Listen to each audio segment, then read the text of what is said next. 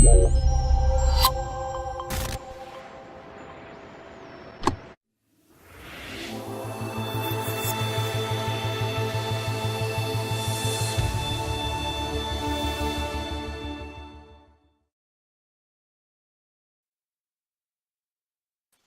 and welcome to the PIVX Alliance conference call. This is the third monthly PIVX Alliance conference call, and today we're discussing a possible alliance with one project in particular called NUMO. But before we do that, I want to give everyone an update on the actual alliances part of the PIVX project. So recently we got funded 1,000 PIV, which we will be using to promote the alliances a little bit more, because at the moment there is no actual promotions going out to say that PIVX is open for business. So we got a small amount of funding, which we're going to use to boost posts and help boost awareness of what we're trying to get achieved here, which is some good news. Also, moving forward, in the meantime, what I want to do is to combine these conference calls with governance calls. So what I want to do is still have the one call per month, possibly once every 3 weeks, and have it about the proposals that are coming up for that particular super block, so that the owners of those proposals can come in and speak about those proposals, because there's nothing like that at the moment in PIVX. And I think that the proposals themselves are possibly a little bit more important than alliances. So if we're doing anything, we should be doing that first, given the success that we've had with this. So that's just letting you guys know about those two things. Also, I need a web developer to help with the PIVX Alliances website, because there's a few things that me and Buer want to get done with that. So if anybody is interested in helping out, I guess we've got some funding now, so you may well get paid in some small amount. So yeah, send me a message in Discord or get in touch with Buer or Gets. Right, and I'm CryptoSI, by the way. So cracking on, today we have NUMO, who are represented by Brad Taylor 99, NUMO Jeff, and NUMO Rocks. Brad, if you could please tell us a little bit about the NUMO project, please. Certainly. Thanks for the introduction. Hello, everyone. So my name's Brad Taylor. I'm the Chief Operating Officer and one of the founders of NUMO. We're a technology startup, a fintech startup based in Toronto, and we've been operating for coming on 2 years now. We have built a technology platform, basically a payments ecosystem that allows mobile phone users to send payments between themselves to merchants that are participating on the platform, and also to get cash in and out of the platform. And those are the three primary initial capabilities that the platform has been created to operate. We developed the software, we've implemented it, put it into the app stores on Android and iOS, and we've rolled it out into our first markets and gotten some very good traction and feedback from users and from merchants. So we have thousands of users on the system now. We have dozens of merchants that are on the system in our primary market, which is a medium-sized city in Canada near Toronto. And we have been now moving to add multi-currency capability onto our ledger. And so at that stage, I began to have discussions with people in my network about the various cryptocurrencies that might be a really good fit. And it was suggested to me that I meet Barbarian, Chad in Barrie, and begin a conversation with respect to PIVX. So we did that about 2 months ago now, and we've spent some time in Barrie meeting Chad and his and some of the other folks that are in the project, and learned quite a lot about PIVX over the last couple of months. And we think there's a really great alignment between the PIVX project and the NUMO project, and where we're going and what we're intent on doing. So I'll give you a little bit of background in terms of what we're doing on the marketing side and the product development side, and then I'll open it up for other questions. So we built the payment platform and we rolled the payment platform out to great success. And we've now been engaging a number of potential partners to broaden the rollout. And one of the things that we learned from our initial rollout is just having organic, organic marketing and building the user base organically is quite time consuming, and it really doesn't ramp as aggressively as we would like. And so what we've been doing is we've been engaging a number of potential partners who have marketplaces or have a need for a payment platform, and having discussions with them. Two marketplace partners that we've begun to have conversations with that are noteworthy in the context of the discussion today are through Rue Barbarian. We've begun having a conversation with the city of Barrie. So Barrie, for those who aren't familiar with it, is another medium-sized city here in Canada. It's about an hour north of Toronto, and it has a large municipal organization that provides a whole host of services to the citizens of Barrie: parks and recreation facilities, parking facilities, and a number of other services. And we met with them and have had several conversations with them about their needs with respect to payments.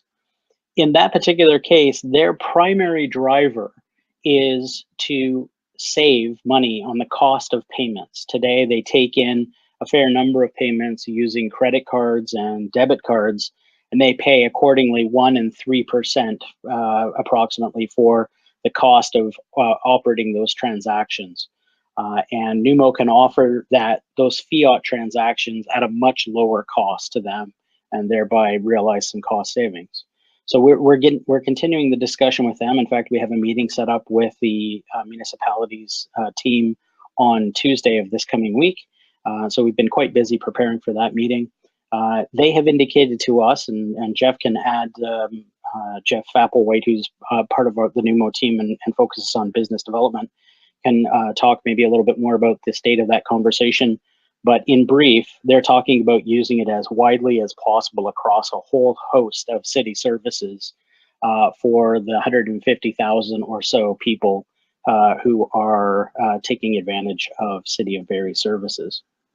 One of the things that we're intent on doing is bringing PIVX onto the NUMO platform so that PIVX can be used as a currency on the platform to pay for those services at the City of Barrie, also to send peer-to-peer, and to leverage our cash capability. And I'll explain that in a little bit more detail.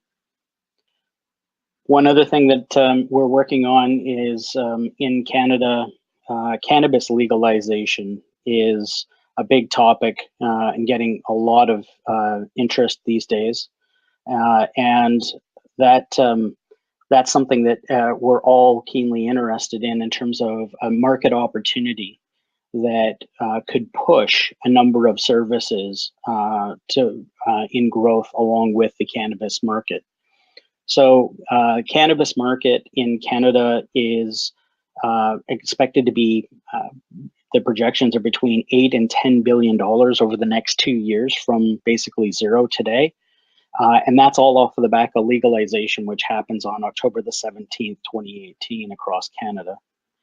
And in those cases, cannabis retailers who get licensed are able to sell cannabis, but for a whole host of political and social reasons, the audience will prefer to use ways of transacting purchases with in a private way.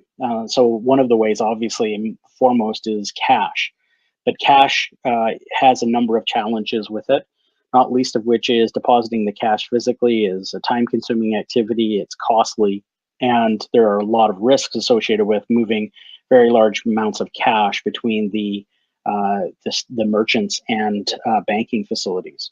And so we've begun having conversations with merchants in the cannabis marketplace, and we're talking about, we're in talks with the organizations at the top that are actually implementing large arrays of cannabis retail all across Canada about their payment needs.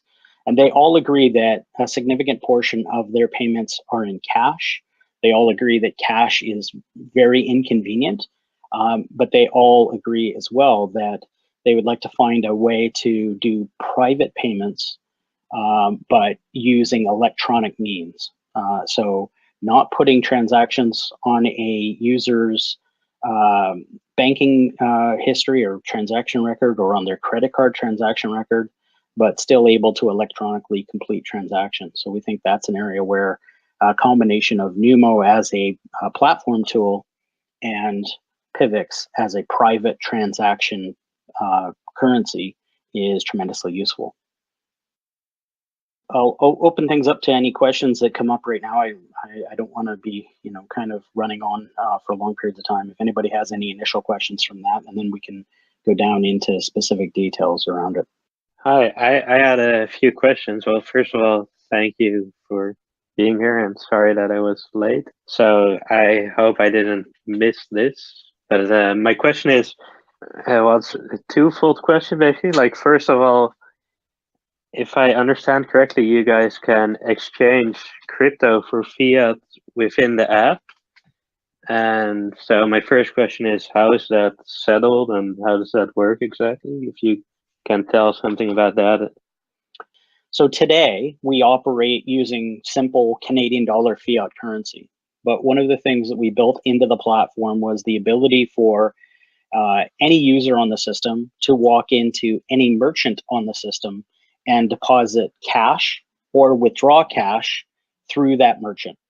And the process is, I, as a user on the platform, download the app, create an account. I have a balance, or I want to put money on my balance for NUMO.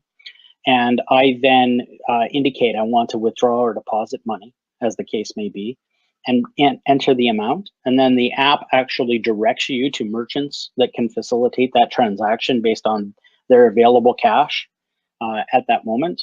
And so, for example, if I wanted to deposit $20, I would say in the app, I would say I'd like to deposit $20 into my NUMO.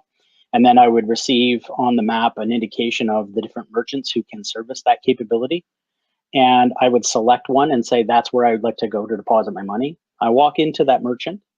And when I come into the merchant, I show them a code, which is a transaction specific one-time code. The merchant types that code into their app, and they're then given a set of instructions. So the moment they type the code into their app, they would see a photograph of me from my user profile. It would say Brad is seeking to deposit $20. It would tell the merchant to receive $20 from me. I would hand over $20.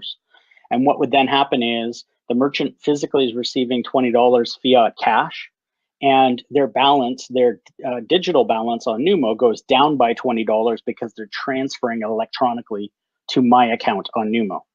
So they're up $20 in cash at that moment, and they're down $20 in their NUMO balance at that moment. Conversely, when I wish to withdraw cash from the system, I can query the merchants in the area and receive back indication of who can, provide me with $20 cash. And I do the same process. I walk into a merchant, I show them a code, they type that code in, they see my photograph, they say Brad is seeking to withdraw $20. The merchant takes $20 out of their till. And so at that stage, they hand the $20 to me. And when they type in the code into the merchant app, what happens is they receive $21 from my digital balance, and I've given them 20. So now I'm down $20 physical fiat, but I'm up $21. So I've been paid a $1 fee for giving out cash, effectively acting as an ATM. And so that's how we operate the fiat side of the transaction, allowing merchants to act as endpoints to the NUMO system. They can receive cash from users, which is a deposit into the system, or they can give cash to users, which is a withdrawal from the system.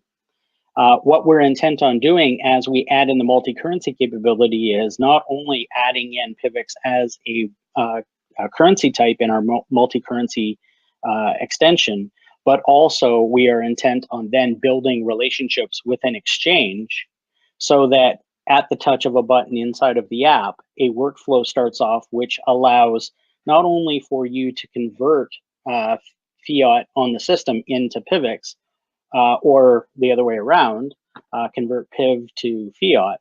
But then that allows a user potentially to say, I want to do a two-step process, which is I would like to convert 40 PIV, and then I would like to take the $40 that I have from that conversion and get cash out through one of the merchants.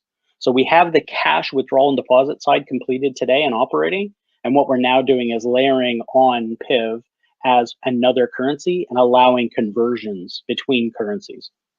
Okay, that's very cool, actually. So basically, for this to work smoothly, you'd want a lot of people in your area to use NUMO, I guess.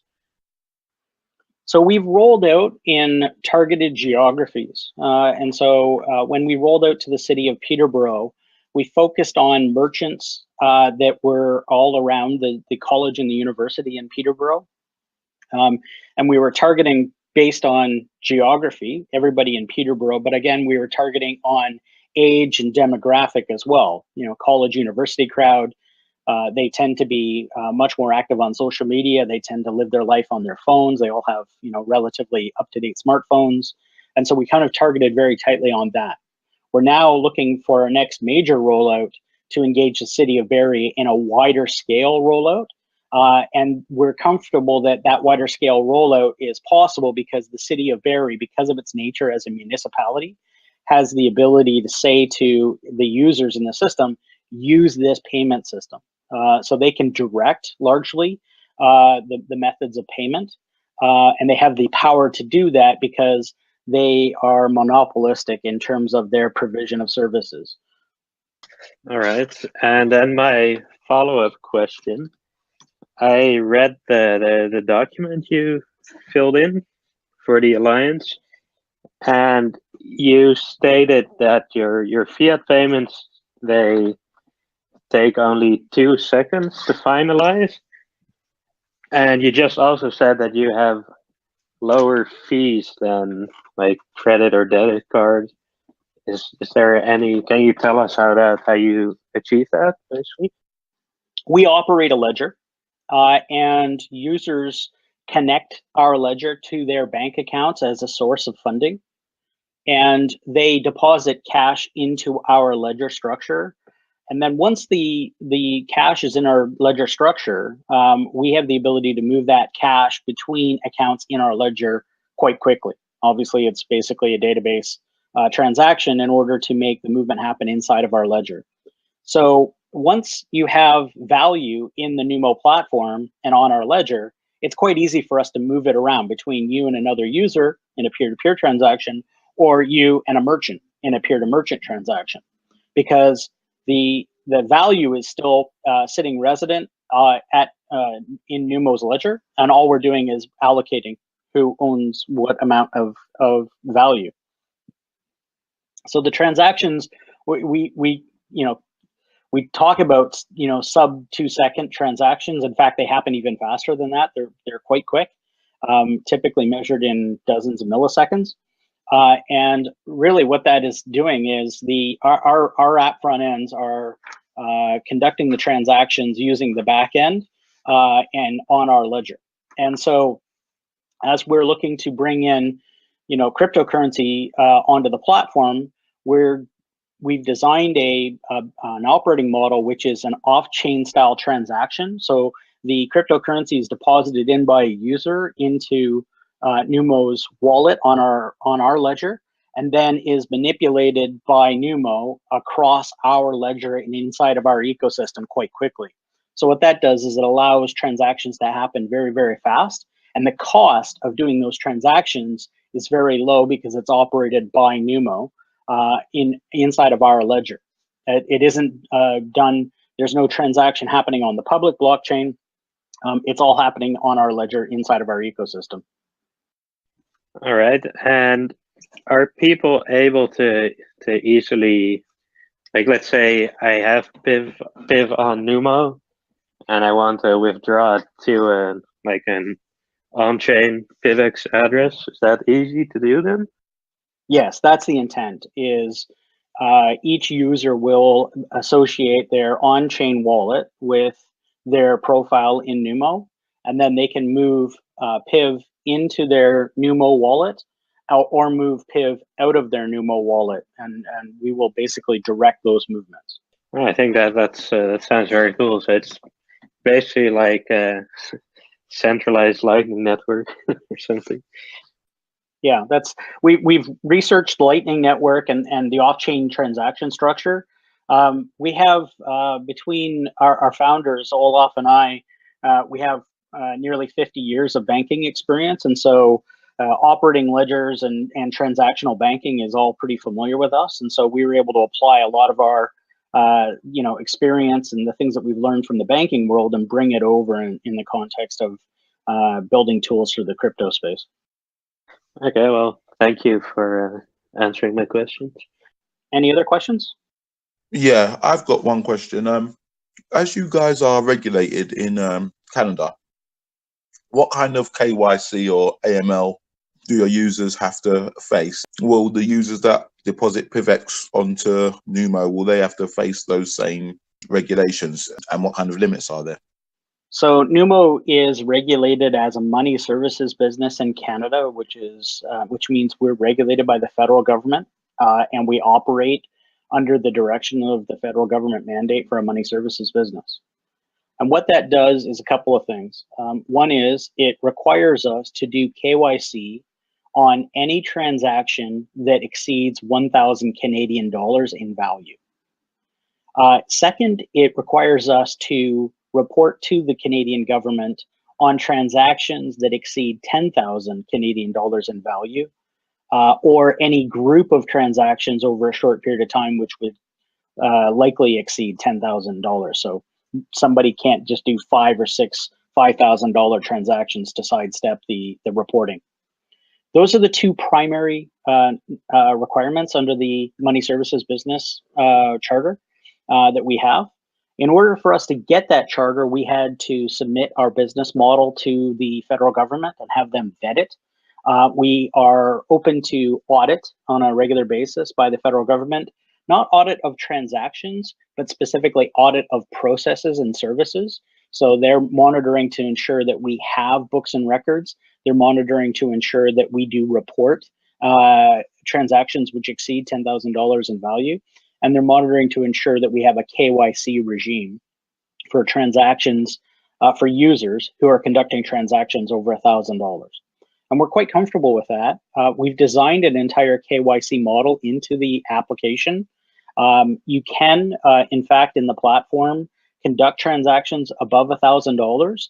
But when you want to conduct a transaction above $1,000, you first have to visit one of our retail merchants and show your identification physically, and you also upload your identification into the platform. And the merchant, using their application, visually inspects your identification in person, and then confirms in the application that it matches the electronic record that we've captured from the phone's camera.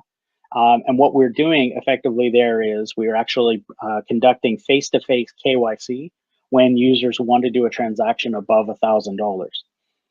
So we have a whole KYC model that's been built in, and it's been built specifically to respond to Canadian KYC and AML. KYC is know your client, and AML is anti-money laundering. And so we want to expand certainly beyond Canada, and we want to expand aggressively beyond Canada.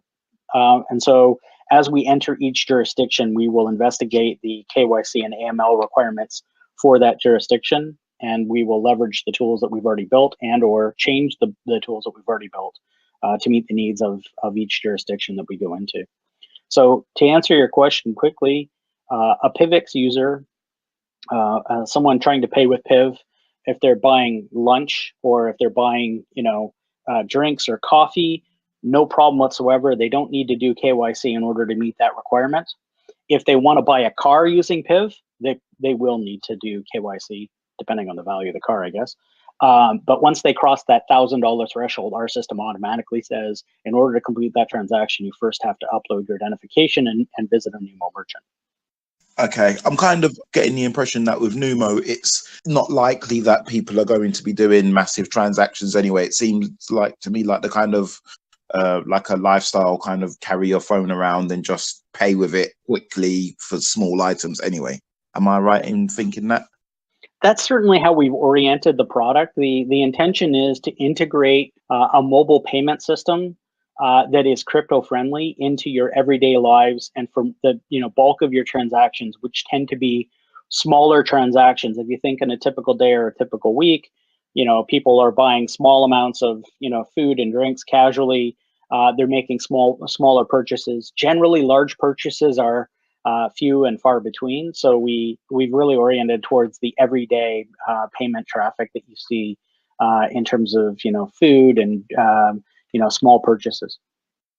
Okay, more in terms of the actual alliance between PIVX and NUMO. To get PIVX built onto your platform, will there be any development costs that you've thought about, and will you need development help? So the first version of our proposal had included some information around that, and at the advice of some of your team, we've been suggested to focus on the alliance relationship first, because we're intent on building this alliance. And then second of all, we have looked into the development side of how to integrate PIVX into the NUMO platform, and we've had conversations with our development team. And we've come up with a pro forma budget, which isn't finalized yet, but we have looked at 3 primary deliverables. One is integrating PIV into the platform initially, so that a user can deposit PIV into their NUMO wallet. They can move move PIV in their NUMO wallet to merchants and to other NUMO users. And that would be our first deliverable. We think that would take about 2 months. The second deliverable is investigating and developing an operating model to use ZPIV in the context of transactions. And we feel that's really valuable to NUMO, given that we're interested in doing private transactions with the cannabis retailers that we are engaging. They're quite interested in private transactions, and we think ZPIV and the privacy function of ZPIV is particularly helpful. Now, that having been said, by its nature, we are centralizing users and value in the NUMO platform. And so there's been some discussion back and forth about how truly private any transaction on the NUMO platform, even if it were to use ZPIV, is. We have an operating model that we think will work for the merchants and for the users and provide truly private transactions. And we want to, have an ongoing conversation with core developers at PIVX with respect to that implementation. So we've earmarked a month of development time around integrating ZPIV and developing the ZPIV model. And that part of that is research and development, and then part of it is actual coding time. The last piece that we're intent on doing is integrating an exchange transaction, an exchange capability, and specifically an exchange that operates in PIVX. And so the rationale around that is to support the ability for things like cash to PIV, cash out from PIV, and from Canadian dollar fiat, which we already have on the platform. So we're allocating another month of research and development around that. So it's a total, at this point, we're thinking of a development budget of 4 months worth of work. In terms of the amount of PIV, we're still forming that up. We have a pretty firm idea from NUMO's side what that will look like in terms of that development. What we're trying to do this coming week is to engage some of the PIVX core development team, and Rue Barbarian has been helping me in coordinating that with the PIVX core team to set up a call with NUMO's core development team, and we can have a discussion with respect to exactly how to engage on that. So we have an idea what it will take from NUMO's side in terms of the development work, and then what we're trying to do at this stage is finalize the budget, including the amount of resources we think that we'll need from PIVX core. We're hoping to try and do that with the least amount of impact on PIVX core, because we know you have a number of other development initiatives underway. Excellent. Yeah, thanks for that. One more question that's on here is, as a company, will NUMO always be a private company, or will it ever become like a token in of its own merit? So we are investigating now, conducting a token offering, and one of our development paths is to, as we develop the multi-currency capability, to develop our own currency, which is specifically used for loyalty rewards for using the system. And that's really oriented, like I said earlier, around trying to, grow the size of the network. One of the things that we're effectively doing is competing with credit cards, with debit cards, and with cash. And so what we're trying to do is develop a rewards token that allows users to be rewarded for using NUMO to pay merchants. And so in that context, we are looking to develop that token and do a token offering around that, in part to raise capital for NUMO, but in part to facilitate and power a rewards program to really move users onto this system and want them to use NUMO as a payment technique. In terms of NUMO corporate, we are a private company and we will remain a private company. And so that's basically the operating model. That company generates income from transaction fees and will continue to do so on a going forward basis. Excellent. Thank you, Brad. Does anybody else have any questions? I do. Can you guys hear me? Yes, Buer, we can hear you. How's it going? So you mentioned your relationship with Chad or Barbarian. I wanted some clarifications on your relationship with other team members of PIVX. So we've met a couple of times with a couple of different PIVX representatives up in Barrie. So Snappy Snap, Barbarian, and I'm going to get all these wrong, but we all met them face to face, so I know their names, but not their screen names. Maybe Chad can add some additional color with respect to that. But we've had a couple of meetings basically to walk through the business model, to walk through the technical model that we're intent on operating. The first meeting was really focused on learning about PIVX and explaining what NUMO does and how NUMO operates. And maybe Chad, can you just sort of give a little bit of color from your side on that? Yeah, I know Fuse Helios was part of that, and Snappy's not part of the Canadian team, but he came up as a PIVX rep as well. And so yeah, it was generally just an introduction to PIVX in general, and then for my role, not only introducing NUMO to PIVX, but also introducing NUMO to our city, and further that relationship not only within our municipality, but within cities across Ontario through our downtown association representative here. So I'm just kind of an instigator and an agitator to connect people and to see how the project can move forward.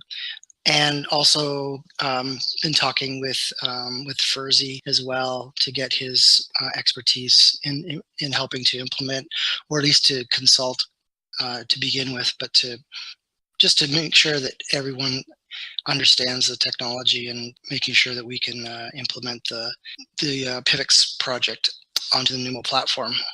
It's kind of just been in that mode right now of just connecting people and discussing next steps. So along those somewhat lines, especially the pseudonym thing, I'd like some clarifications in regards of your privacy. How you plan to operate with ZPIV, especially, and on a broader case, what sort of privacy product do you offer your customers? So I can speak about privacy in the context of how we operate today, and then I can talk about some of the thinking we've been doing around how to leverage the ZPIV product. So today our system operates using fiat cash for all payments. It's Canadian dollar fiat cash for all payments. And there are a couple of things that we've done specifically with respect to privacy. So on the technology layer, the technology stack, we've developed the entire system quite obviously to be highly secure. Whenever you're working in banking products or financial products, that's first and foremost paramount. And so the system was designed with high levels of encryption in terms of traffic between the user's application and our back office. Our back office all operates on AWS cloud servers and uses the security suite that AWS offers us. And we have taken the step of having white hat hackers and security experts review the platform, run a series of penetration tests on the platform, and the platform passed all of those tests. And so we have a document that we maintain internally, but it reinforces that, and that's under certain conditions that's available to equity investors in the platform and to regulators and others. On the business side, we have developed a user agreement that very clearly stipulates that we do not, under any circumstances, provide a user's information in terms of transaction histories, et cetera, to any outside entity, save for a case where a governmental agency or a legal requirement by a court order is put to NUMO with respect to transactions. So one of the things that we have done in the context of our user agreement is make it very clear that NUMO has limits and is not acceptable to be used for certain kinds of transactions, among them illegal transactions. And so in the case where a Canadian court of law provided a court order for us to open up our records, we would be bound to do that. Basically, any legal entity would need to follow that.